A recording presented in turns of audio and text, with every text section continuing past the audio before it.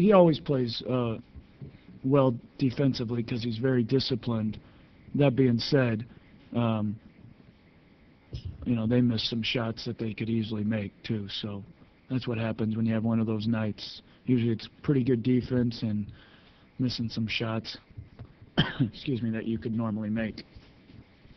With that being said, across the board, in the 7 games that you guys have played against LeBron, his numbers are not what they normally would be. Is there anything you can think of that you think you guys do particularly have done well against him, or a strategy you've employed, or just perhaps just an off night for him? Get him on a back-to-back night a lot. Has it been? Yeah, it has been.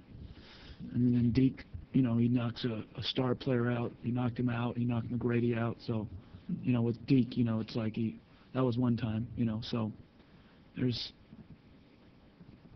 you know, there's mitigating circumstances, certainly. That's not to diminish Shane's defense, because he guards well every night because he's got defensive discipline. That being, you know, all that is well and good, but still, you know, he can go, you know, crazy on you too. Did you see a little of Chuck and Durant tonight? It seemed like there were a lot. It seemed like he was doing a lot of those balls. Well, it wasn't just tonight. If you guys are watching, he's really struggled shooting, but he's been on the offensive board per minute as well as anybody. And so for both of those guys, excuse me, to have 13 rebounds against a very good, you know, no, not a good, great rebounding team, especially on a night that Yao didn't rebound at all, then you know, it's much needed, much needed.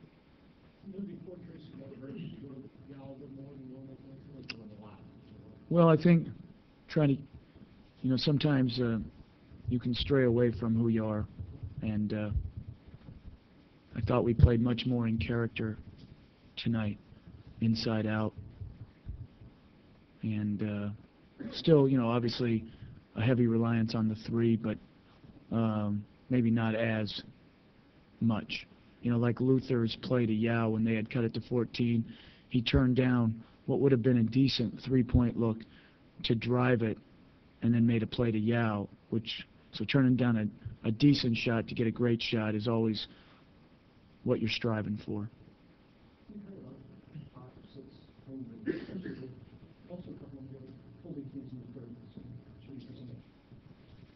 There are other nights you miss shots that teams may make. Are you seeing progress? Are you seeing things you'd like to do?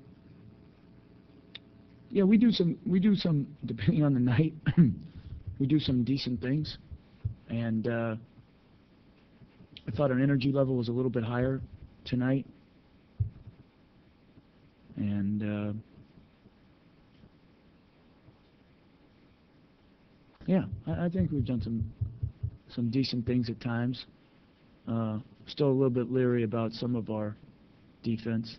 You know, we leave people so open that I think they're shocked and then they miss. But you know, I'm not sure that's a great defensive strategy. But you know, seems like what it happens a little bit. Yeah. Yeah. Yeah.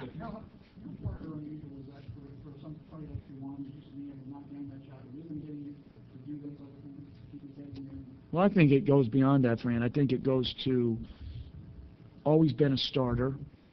Starts off the season, or back in September 25th, meeting with him and telling him, not only may you not start, you may not be in the rotation. I'm looking to go a different direction. I thought we were going to come in playing more shooting 4, to then be professional, stay ready all through the preseason, not play much. Don't play, I don't believe, at all in the first game, 2, I'm not sure, 3. Then I make the decision. I didn't like how we looked after game 1, so now he's back in the rotation. Then, for quickness reasons and range shooting reasons, I don't play him in Phoenix. Then he comes back and he plays tonight. And, you know, I mean, the readiness the one thing I think has been underappreciated about Juwan is his durability, number one, and two, his professionalism and readiness. And it's not going well for him on offense right now, and yet he's finding other ways to contribute. Did you have a chance to talk to Tracy before he left? I did not. Did Keith tell you anything other than concussion in terms of severity or anything? Well, I don't know. Yeah, I mean, he said he had a concussion. I don't think it's bad, you know. So, I don't know. That was just Deke being Deke? His elbows are... No, it's Deke not blocking out twice in a row, and Verjao getting the rebound. That started it. So, but it's good then that Deke learned from his mistakes and then didn't block out in the second half on the free throw. So that's good. You know, I'm having a huge impact on him right now. They just talked about public, whatever, perception and finding flaws in Yao's game. Just seems to always be there.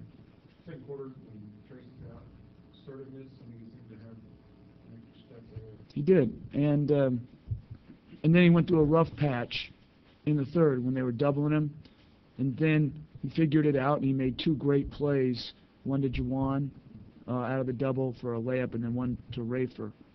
And I think he'll face more of that as time goes on because he is very, very hard to guard, you know, one-on-one, really hard. And I know you've always gone back and forth with him, asserting himself inside out, et cetera. At some point, does that just have to come from within? You know? Well, and I think it has. I think Yao is,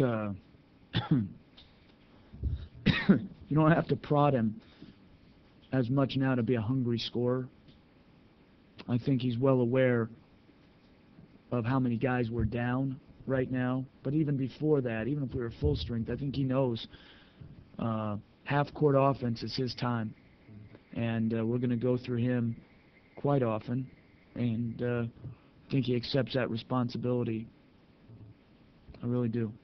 Jeff, I know we're only a month into the season. Do you have a thought on whether there's an imbalance in the league? Is it a sick thing? I mean, you only have about 3 teams over 500 in the East. Is that just an early type of thing, or is there anything that you've sensed from what you've watched? I don't have an answer for that. You know, I think, again, you know, when you coach in this league or play in this league, and it's not just cliche, every team is hard. Every game is hard. You don't think about East, West. You don't think about standings. You think about if you're not ready to play, you get your head handed to you in this league. So, you know, when McGrady went out, I'm sure their players weren't as, you know, their intent probably didn't go up. But I know their coaches realize that even though we're down guys, that, you know, we could still be pretty good. But that's what you're always fighting in this league, is the assumption that there's hard games and medium games and easy games. And, you know, I've never seen that yet. So we just try to get ready to play every game, regardless of who, where, you know. So.